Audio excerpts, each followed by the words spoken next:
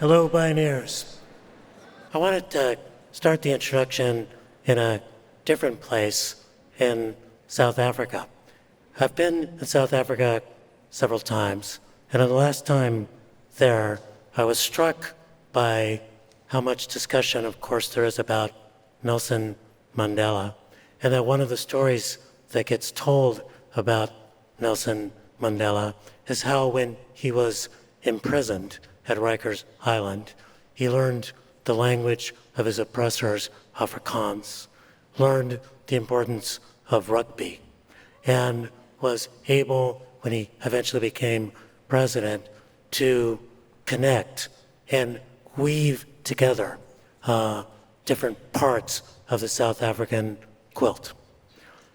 What often gets left out of the story is that that's the same Nelson Mandela that refused to be let out of prison if he was forced to renounce violence against an apartheid regime that was wreaking violence on its people.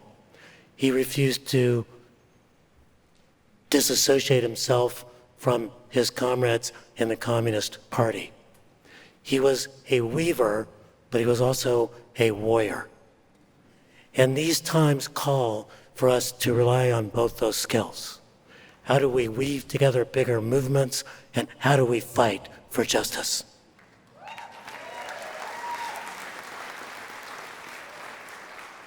And we are blessed today with someone who is one of the biggest weavers and warriors on the planet.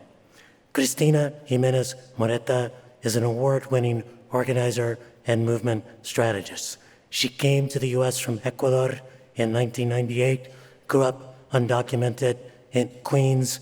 She overcame her fear of precarity to co-found and become executive director of United We Dream, the largest immigrant youth-led organization in the country, which was responsible for forcing President Obama to grant DACA, Deferred Action for Childhood Arrivals.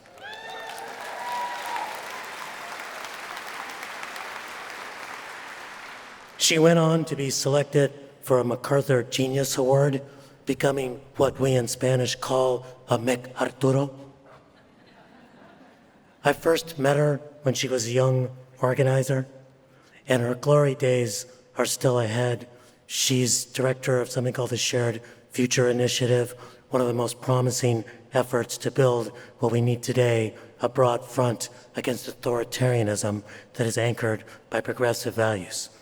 Let me just say that it seems incredibly American to have the son of an undocumented immigrant, me, introduce a once undocumented immigrant who, like me, is working hard to save this country from itself.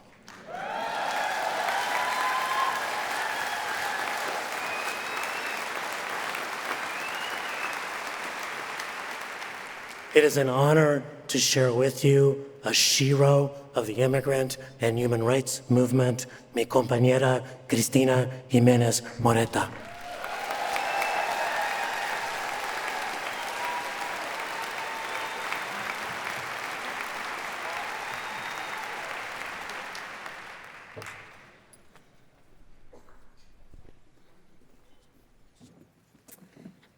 Hello, everyone. So good to see you and so wonderful to be part of this pioneer community. It's my first time here, and I can say the energy, it's electrifying. It's so energizing. I feel all the love and the hope in this room. And thank you, Manuel, my brother and a mentor in this movement, who has paved the way for people like me and many others to be in this work of building a better country and a better world. To each of you, being here for the first time, I know that all of you are here because you've committed your time and your lives to make our world better, to change the lives of people in your neighborhoods and your communities. And for that, I want to thank you from the bottom of my heart, because it really needs all of us. I am proud to be here as someone who formerly was undocumented.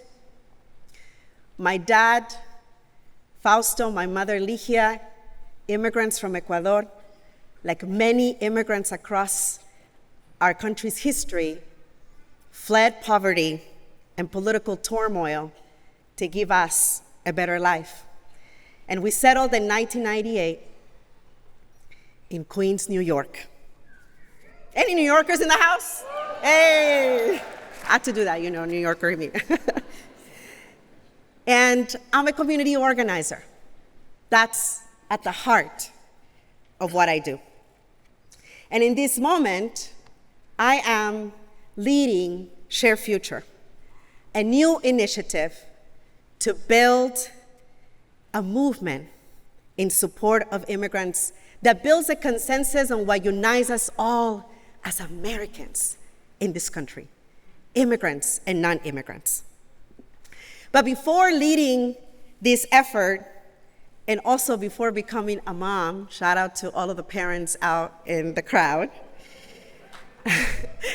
I was a young organizer with a whole lot of young people, high schoolers and college students, building the immigrant youth movement and building an organization called United We Dream that served as a catalyst to build one of the most powerful and inspiring movements that we've seen in the last 20 years.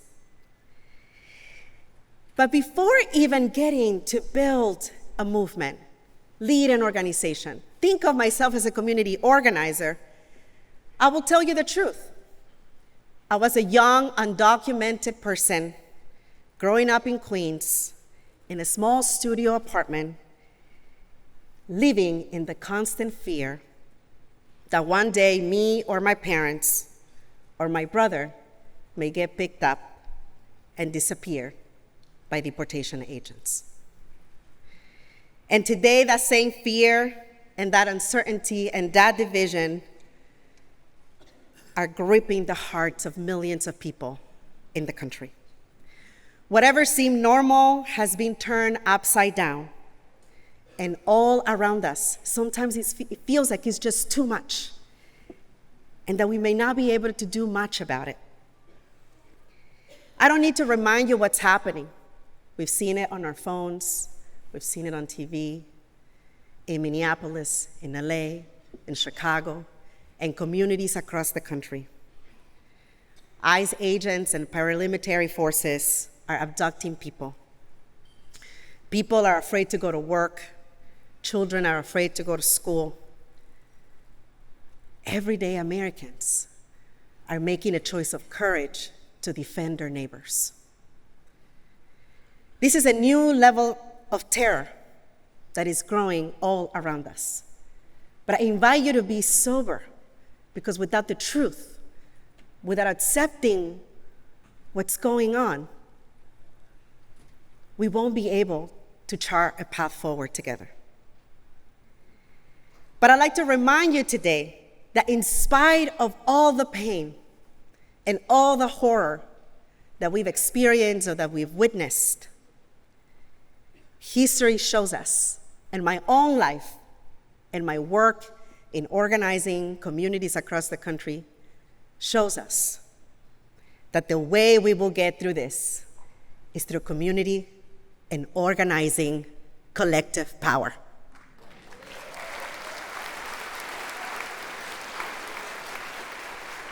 Do you believe it? I believe it too, in my heart. And I'll share why I believe it. Because I grew up knowing what home was. Home was in Ecuador with my abuela, with my grandmother making noodle soup in Quito for those chilly evenings in the Andean mountains. But as a 13-year-old, my family had to flee the political turmoil in the country. And I left losing a sense of what home was and what belonging was. I knew that my parents didn't have too much, but they had the love and the courage to do everything that they could to give the best to their children. And so, guided by that love, they did a very scary thing, leaving everything behind to come here in 1998. And at a young age, growing up in New York City, in a new place where I didn't know the culture or the language, very quickly, I became ashamed of not knowing the language, ashamed of being an immigrant, ashamed of my color of my skin, of my indigenous features, ashamed that I was an immigrant. I was undocumented and ashamed and living in fear. And yet, I was trying to do the best to accomplish one of my parents' dreams, be the first one in our family to go to college. And I did everything I could. You know what the teachers tell you, you do well in your classes, do community service. I did all the things. But then 9/11 happened. And in that painful moment of our country, everything changed for my family and I and Muslim and immigrant communities across the country. After 9/11, many states and cities moved ahead to change policy because immigrants became a threat to our national security. Muslim communities became a threat to our national security. And in that, the right of undocumented students in many states to go to college was taken away, including in New York. And in that, people like my dad, who used to drive to work as a construction worker, his life was impacted because states took away the right for undocumented immigrants to drive. One day, my dad was traveling between New York and New Jersey for work. He was crossing the Washington Bridge. This is a story that I share in the opening of my book. And he received the wrong change at the booth at the bridge. And he did a very innocent thing. When he realized that he received the wrong change, he tried to go back to try to get his accurate change for the toll. But when you're an immigrant, even the most innocent thing that you think you could be doing could make you a target. So all of a sudden, as he was heading back to the booth, he heard a police car that asked him to stop. And then a police officer showed up, looked at him, and asked him for his driver's license. My dad said, "I have one, but it's expired." And then the police officer, as if my dad was a kid, said to him, "Don't you know that you need to have a valid driver's license to be driving a vehicle?" My dad said, "Yes." But that's all he said. Because he knew that any word, any movement could lead to his deportation. The police officer asked my dad to leave the car, and he was taken to a local police station. I received the desperate call of my dad, and he said, "I'm allowed to make one phone call. Mija, ayúdame." He said, "Help me," desperately. I reminded my dad that even though he was undocumented, he had the right to remain silent. And he had the right to refuse to sign anything because I knew that immigration officers will force people and even lie to them to have them sign their own deportation. Then I asked him to pass me on the phone with the police officer. And I said to him, "We know he has rights, and a lawyer will be going to the police station right now." Immediately, I texted a community of organizers and I said, "My dad needs help, this is where he is." And immediately all of them said, "We have a lawyer going, you're not alone, he won't get deported."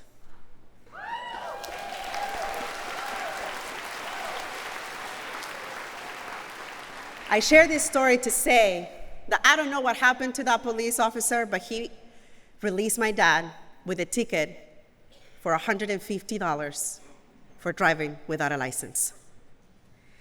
But the thing that I know is that the only reason why my dad was released is because there was a community that had my back, that had empowered me with the knowledge of my rights, and that had given me the courage to say what I say to that police officer.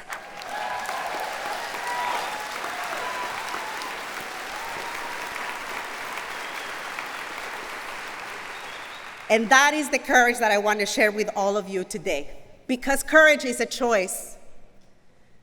And imagine if undocumented people like me who risk deportation, by sharing our stories, by speaking up, imagine what we can do for those of us who are not in that vulnerable place. Young people across the country like me found courage in each other, fighting deportations, struggling through our classes and exams by sharing our stories and committing to build a movement that will empower people in our communities to fight for justice. That's how we build United We Dream. And that's how I realized that in isolation, we will lose. In isolation, I could be deported, or any of you could be attacked, and no one will know. But in community, we will have each other, and people will come to our rescue.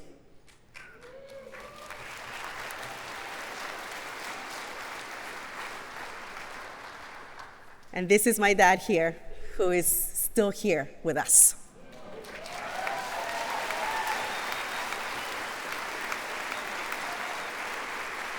So I want to share with you that the way that we got to DACA, which is the victory that many people know of our movement, although there's been plenty more, it's by building community with each other, by reminding each other that we're not alone, by helping each other find our voices and taking action together to fight for what is right. I had no idea that we would build a movement. I had no idea that we will be years later negotiating with policymakers and people at the White House to win DACA that protected over 600,000 people from deportation. But we kept organizing. So I know that in this moment it can feel like there's a lot of uncertainty. It could feel like we may not know what will happen next. It may feel like we may not be able to create change.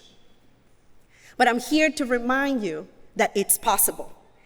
I'm here to remind you that Minneapolis is possible because they believed in the power of solidarity and being with each other and building power together.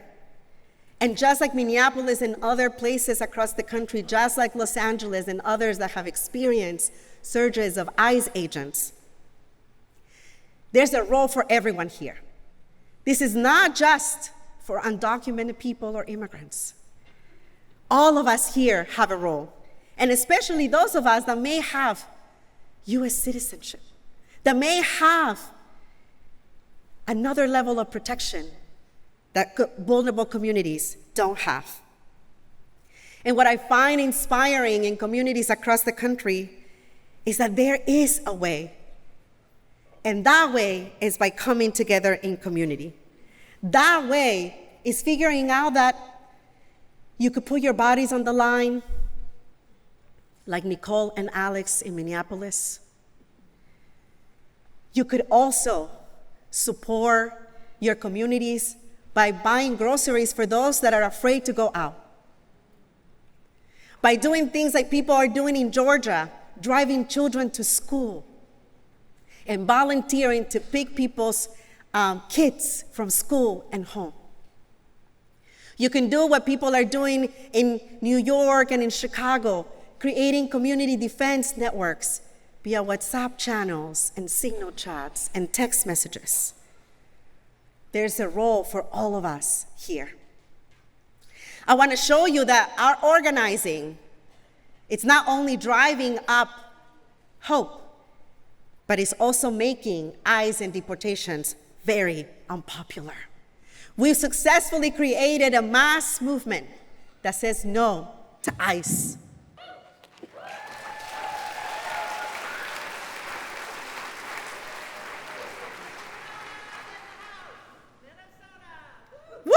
That's right. And I want to remind you that it is this administration that wants to convince us that they are going for people who represent a threat to our communities. But they are the ones that are creating terror in our communities. And people know that. Look at the numbers. People are worried about cost of living.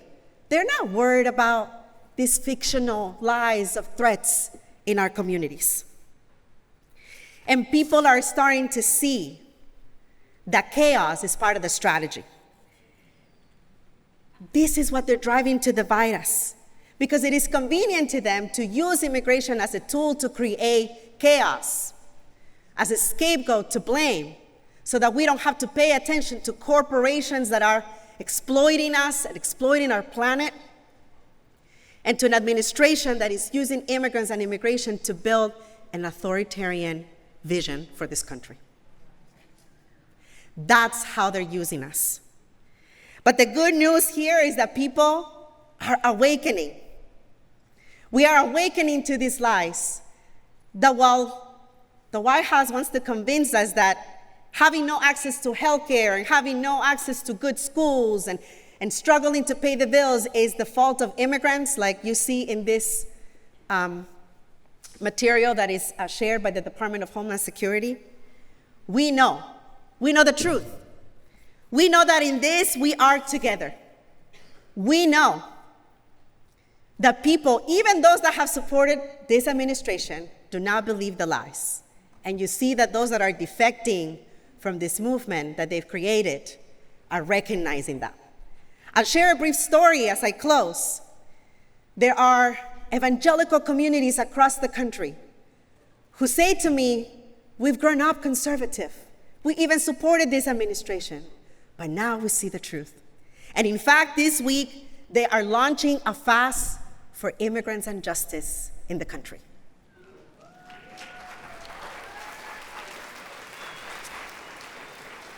So I'll leave you with this. Communities across the country that I'm working with, including US citizens, are recognizing that this is not the country we want to build. And they have given me this statement to share with you all. We are people connected by family, community, and faith, who refuse to turn away from injustice, who refuse to not show up for one another and organize with courage, to organize with compassion, and to turn our pain into power to build a future where dignity is the norm. So we will not let the other side confuse us. We have an opportunity here to build a shared future that is interconnected and a multiracial democracy that it includes people like me and like all of you here. ¿Sí se puede? Yes, we can, pioneers. Thank you.